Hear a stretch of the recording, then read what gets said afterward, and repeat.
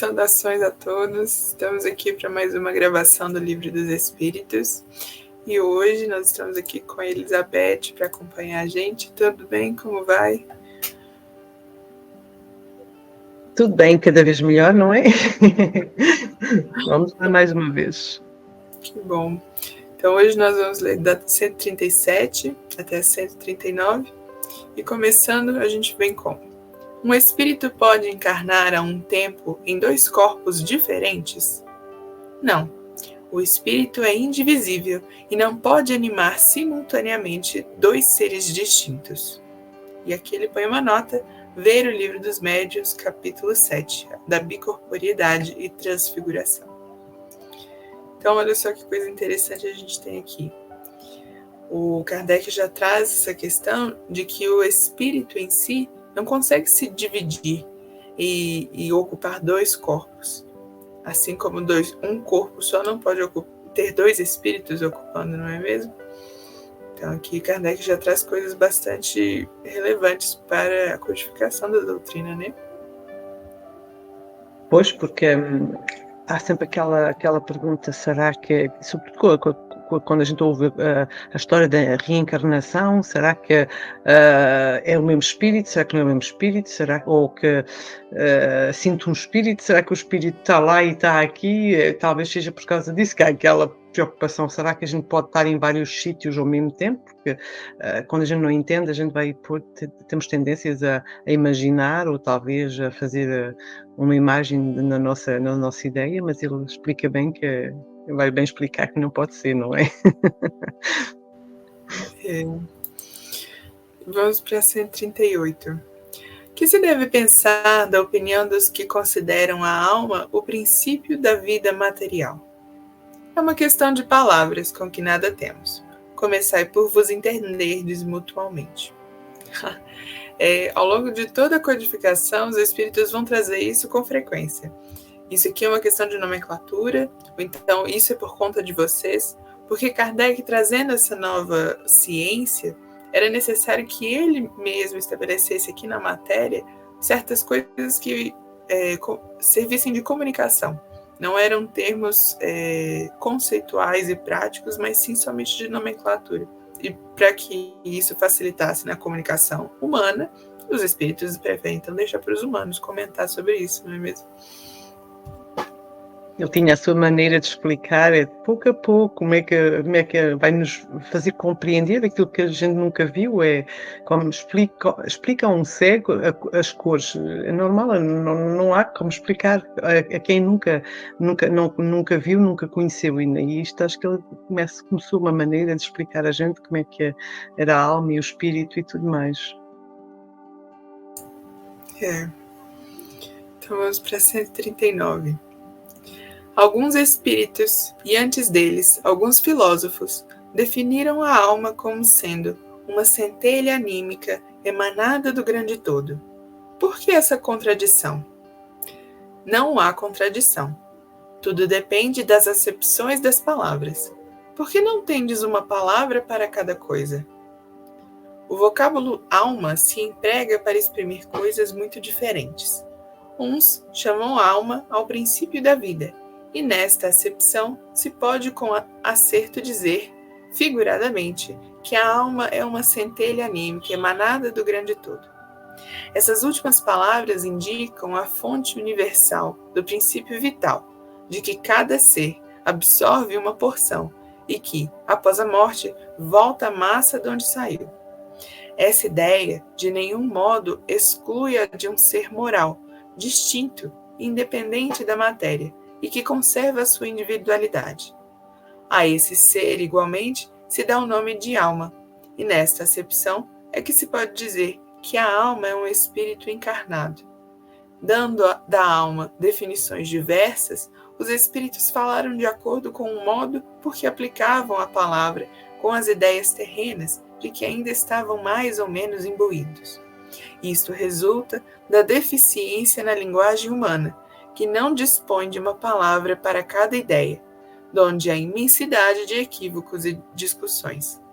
Eis porque os espíritos superiores nos dizem que primeiro nos entendamos acerca das palavras. Realmente, vocês não sabem o que estamos a falar, como é que a gente vamos compreender, não é? Exato. Esse aqui é um grande problema nosso. Um grande exemplo que me traz isso aqui é lá no Evangelho segundo o Espiritismo, quando ele vai falar sobre o amor aos inimigos.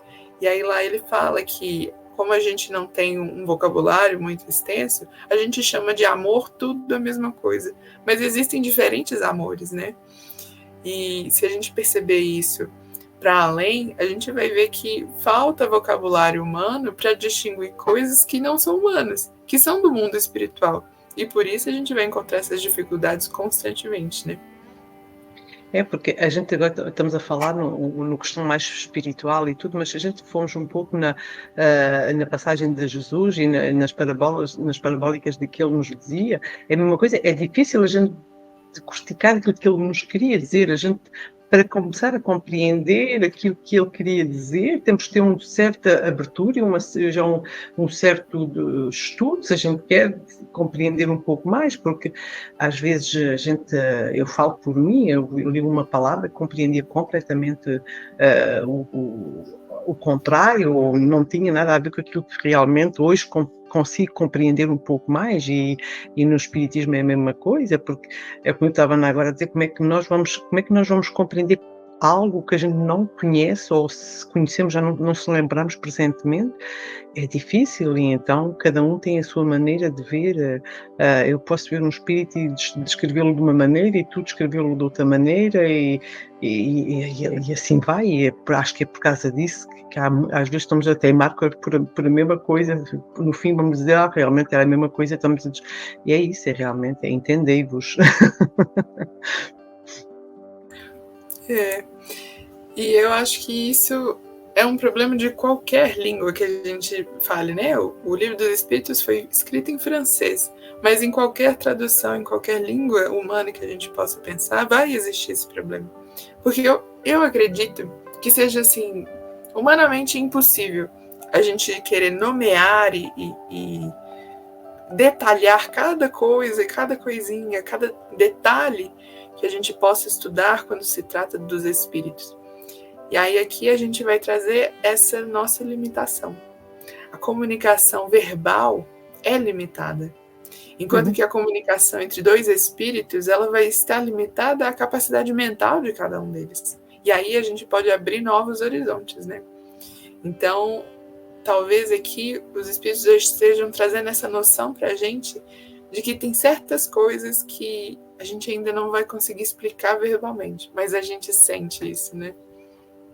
E aí é bem difícil, porque nós, humanos, tem que ser matéria, tem que se tocar, tem que se ver, se a gente tentar explicar a alguém aquilo que a pessoa não tem como explicar, porque não tem nada, porque o que eu quero dizer, ele quer explicar, mas como não tem como mostrar, vem que é difícil. E se a gente não tiver aquela abertura, ou talvez perguntar, dizer-se, talvez seja isso, a gente, claro que a gente não vai acreditar, como é que a gente vai dizer, eu estou a ouvir um espírito, ou estou a ouvir um vulto, estou a ouvir uma aura, estou a ouvir, mas a outra, será que é mesmo isso? É difícil, realmente é muito difícil, porque quando a gente não sabe de que estamos a falar, a nossa ignorância ainda é muito grande.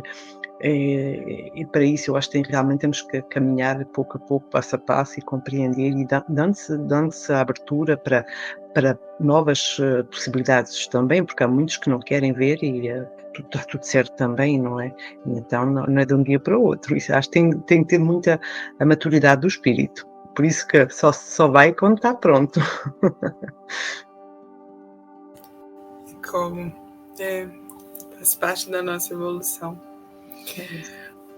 Bom, então vamos encerrando por aqui, agradecendo a companhia de vocês aqui hoje conosco. Deixem nos comentários o que vocês acham, essas passagens aqui, quais impressões vocês trazem para nós também. Agradeço a Elizabeth por estar aqui conosco. Desejamos a vocês um bom final de semana. Até a próxima.